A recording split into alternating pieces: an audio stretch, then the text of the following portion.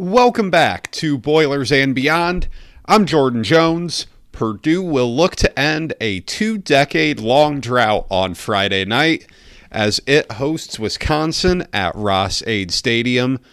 The Boilermakers last defeated Wisconsin in 2003, but can a new head coach spark an upset as Big Ten West play opens for the final time? We'll break down the matchup between Purdue and Wisconsin here on the show today, and we'll take a look at what Purdue needs to do to pull off the upset at home. After that, we'll predict the game, answer some of your questions, and also what's to make of some of the criticism that Ryan Walters is receiving from the Purdue fan base. Lots to get into. Real quick, if you don't already, be sure to follow the show on Twitter, @BoilersBeyond.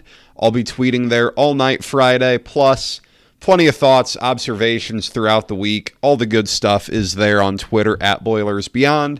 And be sure to subscribe wherever you get your podcasts, coming at you 2 times a week. You don't want to miss any of it. And if you like the show, I appreciate it.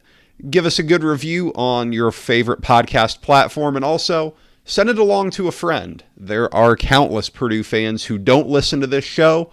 If you know of one of them who may be interested, send it along their way. I greatly appreciate it when you do. Let's get into this one, though. Wisconsin at Purdue, a 7 o'clock kickoff on Friday night. Kind of early for a Friday night game, if we're being honest here. Not sure why it's at 7 rather than 8. Feel like people getting off work, getting into town. Seems a little early, but nonetheless, a game going to be broadcast on FS1. Just the second Friday night game in the history of Ross-Ade Stadium. The other one, of course, came back in 2017. Jeff Brom's first game at Ross-Ade Stadium, the Friday night game against Ohio. This will be the first time Purdue has played a Big Ten game on Friday night, and in Ross-Ade Stadium, that is. There's no sugarcoating it. What Purdue has done against Wisconsin over the last 2 decades has been nothing short of brutal. Purdue has lost 16 in a row to Wisconsin, dating back to 2003, when Ben Jones hit a walk-off field goal in Camp Randall Stadium, over 400 yards passing for Kyle Orton that day, as Purdue took down the Badgers. In my lifetime, Purdue has not beaten Wisconsin in Ross-Ade Stadium. The last one came back in 1997. I was born in 98. That was Joe Tiller's first season at Purdue. Was the last time that Purdue beat Wisconsin in Ross-Ade Stadium. It's been a little while. Now, things look a little different at Wisconsin this year than they have for the vast majority of the last 20 years. Wisconsin enters this just 2-1 on the season. It kind of struggled to put away Georgia Southern last week. Beat Buffalo in week 1, lost out at Washington State on the Palouse in week 2. Might not be a great Wisconsin team. It's a new era in Madison. Luke Fickell taking over the Badgers this year. Very successful coach at Cincinnati.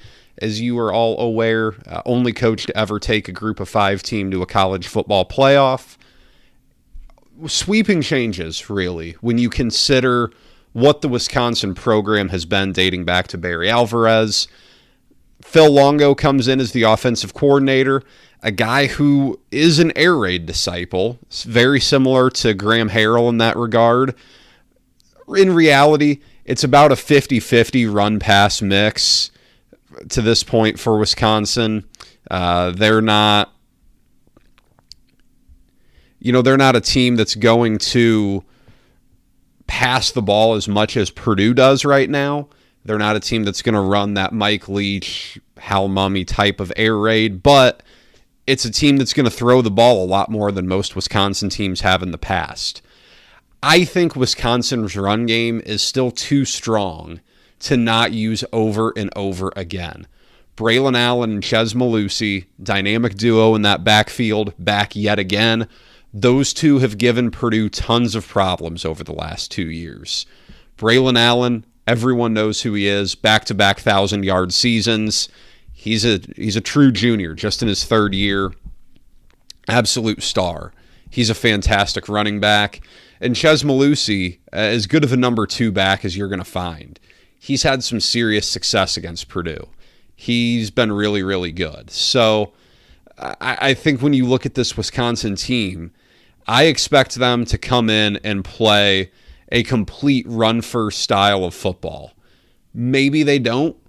I am going to assume that until I'm proven otherwise, because I don't know. It's too much of a strength of theirs.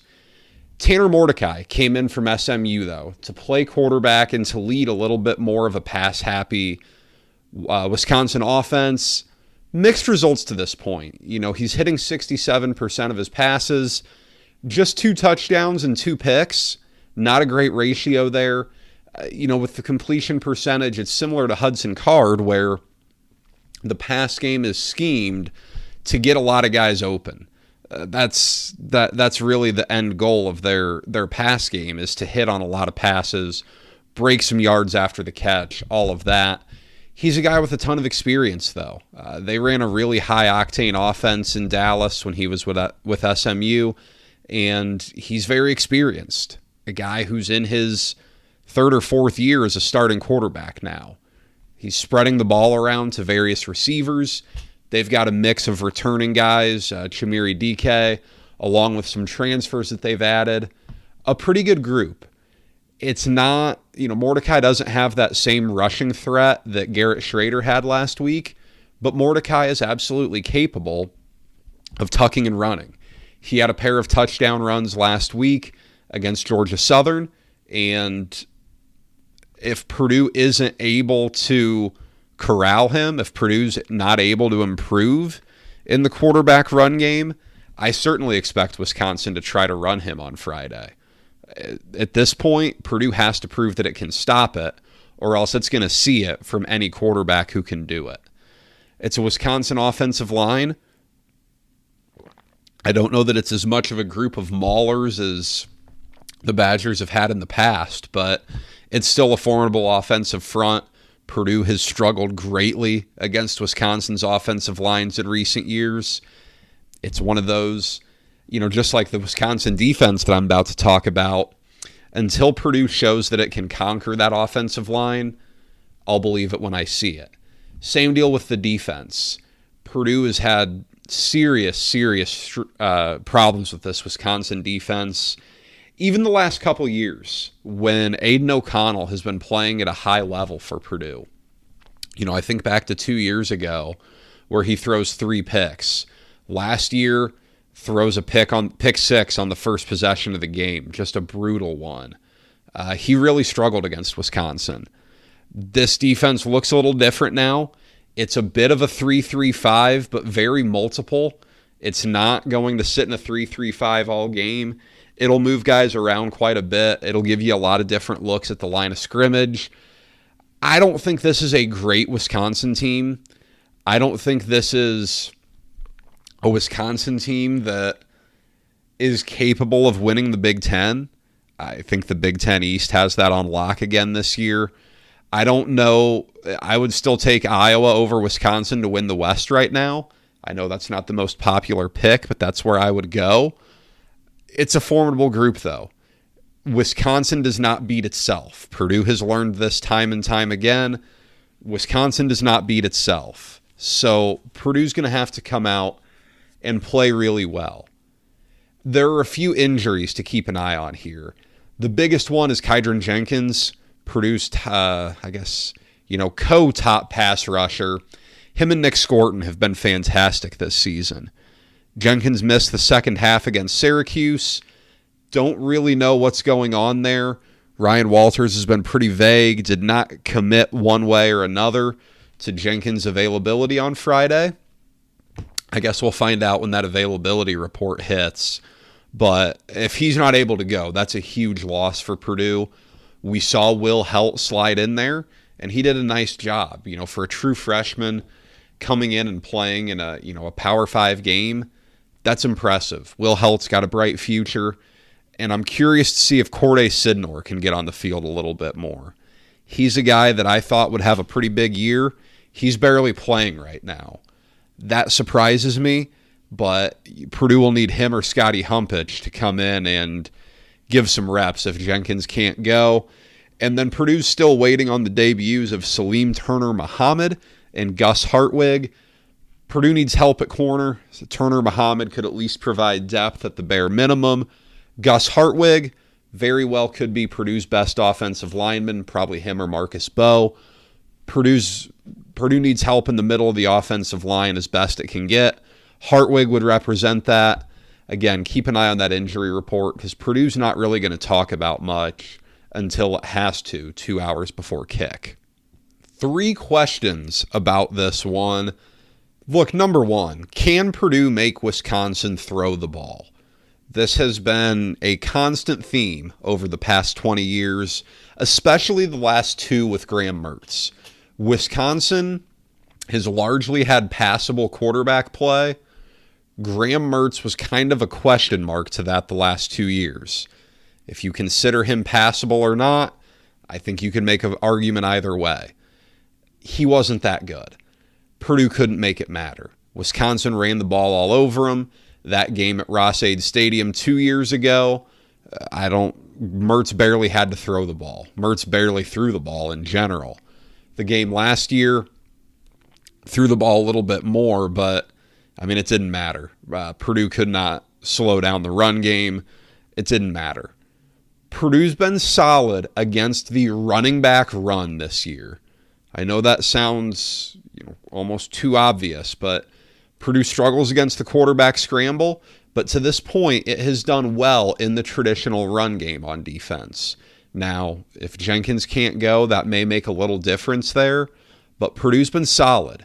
Purdue has to tackle better than it did last week, but if Purdue can't force Wisconsin to throw the ball, it's in for a long night.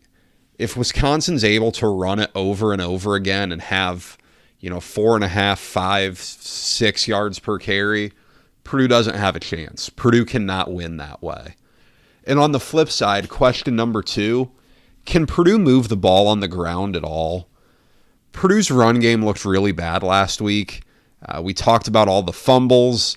We've talked about a lot of the struggles that Purdue's had on the ground, both with the running backs and the offensive line.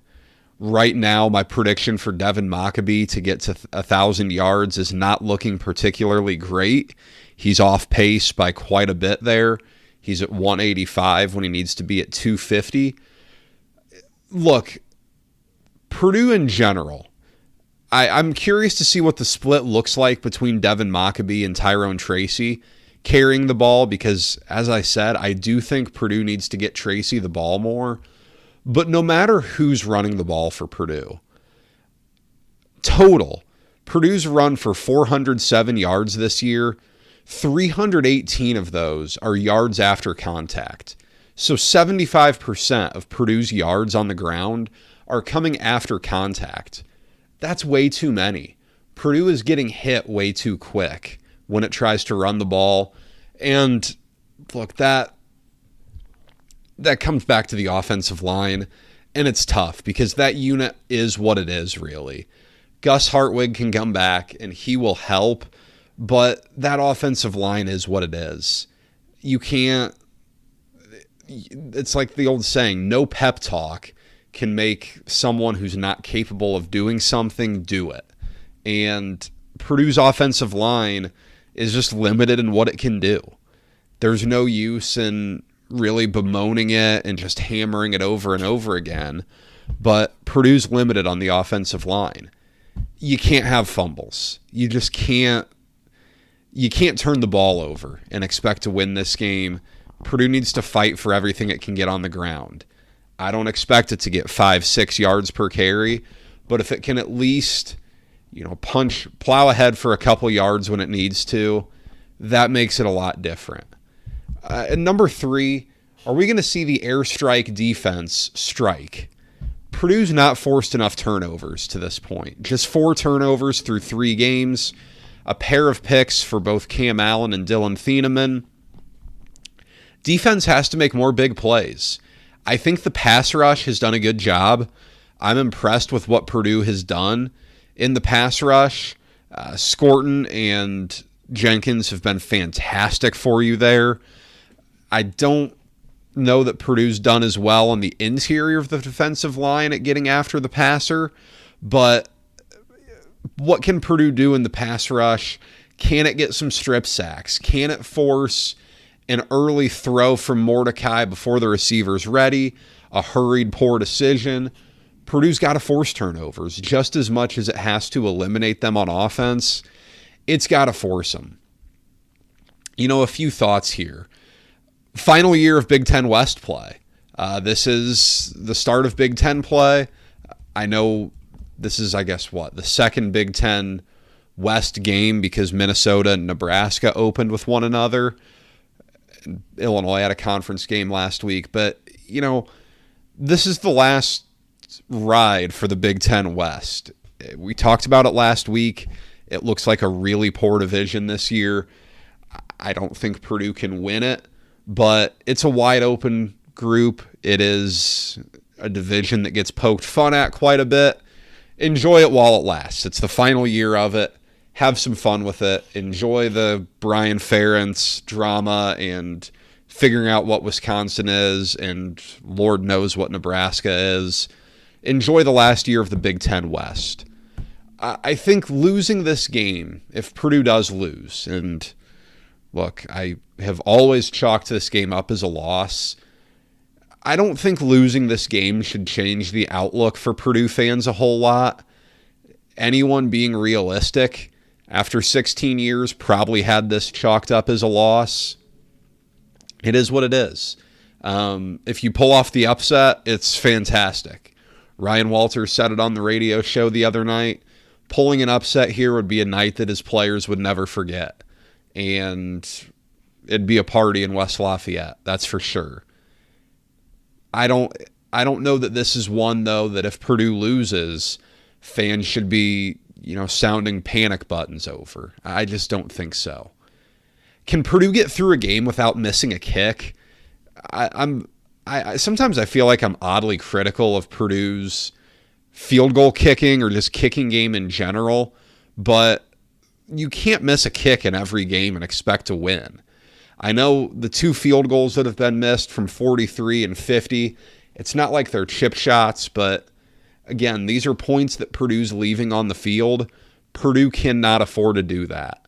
Ryan Walters suggested in his radio show that he's going to be a little bit more conservative on 4th downs, that he's not going to be as aggressive on 4th and shorts, and he's going to change decision making on 3rd down a little bit to kind of complement that. That's great. We'll see what happens, but Purdue's got to play a clean game here. I don't know that I see Purdue winning this game. Until Purdue proves me wrong, I'm not going to do it. I'm not going to pick Purdue to beat Wisconsin. I did it the last 2 years. It ended poorly. Give me 35-17 Wisconsin. I don't know that Purdue is physical enough at this point to hang through a game with Wisconsin. I will say, though, on a note of optimism for the Purdue partisan crowd out there, before the season, I told a friend that I was done picking Purdue to return a kickoff for a touchdown and that I was done picking Purdue to beat Wisconsin. Purdue returned a kickoff for a touchdown. Can Purdue beat Wisconsin? We will find out on Friday night. Before I get into the Q&A real quick, I wanted to talk about this notion that's going around, I guess, that some fans on Twitter and message boards have compared Ryan Walters to Daryl Hazel as, I guess, underwhelming. I don't know. That's absurd. Hazel never even gave thought to recruiting at the level that Walters does, and that alone changes the entire complexity of a program. Ryan Walters' teams have been much more competitive through 3 games than Daryl Hazel's were, although I guess they did kind of hang around against Notre Dame in that 3rd game. But people seem to have forgotten how bad Purdue was under Daryl Hazel. Purdue was unwatchable. Purdue was terrible. Purdue was getting blown out of games. 35-20 doesn't even come close to what Purdue did under Darrell Hazell. That game would have been 49-10. I think it's fair for fans to be upset with how this season has started. I was on the record of being a little more pessimistic than most coming into this year. I think to this point, a lot of my concerns have come true. And it's fine for fans to be optimistic. You do you. You approach this season however you want to. But to be quitting on the Walters era or whatever, that's crazy at this point. People have talked about how long do you give Ryan Walters, and I'll talk about this in one of the questions, but I think you want to see some promise by the end of next season. If you don't have any indication that it was the right hire by then, I think you start to hit the panic button a little bit, but until then, pump the brakes, folks. This is not a roster that was ready to win in year one. A few questions here from Twitter. Number one, from my good friend, the Mackey Maniac. What is the biggest reason that Purdue has had this losing streak to Wisconsin, especially given that Purdue has beaten some better teams and programs since 2003? It's crazy. Purdue has beaten Ohio State 4 times since it last beat Wisconsin. It's beaten Michigan twice. Hasn't beaten Penn State in there, but it's beaten Notre Dame since it beat Wisconsin last. It's beaten a couple SEC programs. It's beaten a lot of other schools since it last beat Wisconsin. I think the physicality is the number one thing. When Purdue was good during that stretch, and keep in mind that from like 2008 to 2016, almost all those teams were pretty bad. 11-12 made a bowl game at 6-6, but Purdue hasn't exactly had great teams. Certainly didn't during that 9-year stretch. So that is what it is. But when Purdue was good, under Joe Tiller and Jeff Brom, it was a very spread out, in theory, you're a little bit smaller but a little bit faster style of play. Kind of the way to combat that is to assert yourself physically and make the game be played at your style. And Wisconsin has always done that against Purdue. Wisconsin typically is able to bully Purdue on the line of scrimmage on both sides. It's able to get into Purdue's receivers a little bit. And Wisconsin just runs the ball down Purdue's throat to no avail. Purdue's only really had 2 games in this time frame where you could have looked at it and said Purdue should have won. That, of course, is 2004, the infamous game at Ross-Ade Stadium under the lights, and 2018, the triple overtime game when Purdue, for some reason, didn't go for the win in the second overtime. I think of all of this, though, the last 2 years were remarkably disappointing. Purdue came into both of those feeling good about itself. Wisconsin had down years the last 2 years. That's why there was a coaching change. Purdue couldn't make Wisconsin pay. In fact, Purdue got smoked in both those games. Got a good one here on the recruiting front. Walters has had a great maiden recruiting class for 2024. Should fans be worried that this year's results could negatively affect recruiting moving forward? I'll say not yet. I wouldn't be particularly worried about that right now. Keep in mind, recruits don't watch a ton of college football. Recruits are pretty focused on their seasons in high school.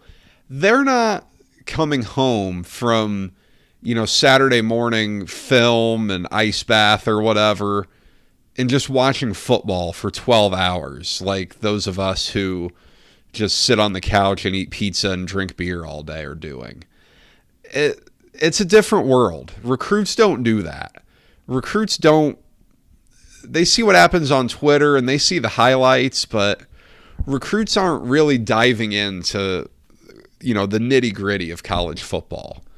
I've said all along, Purdue needs to show some proof of concept, show that what it wants to do can work.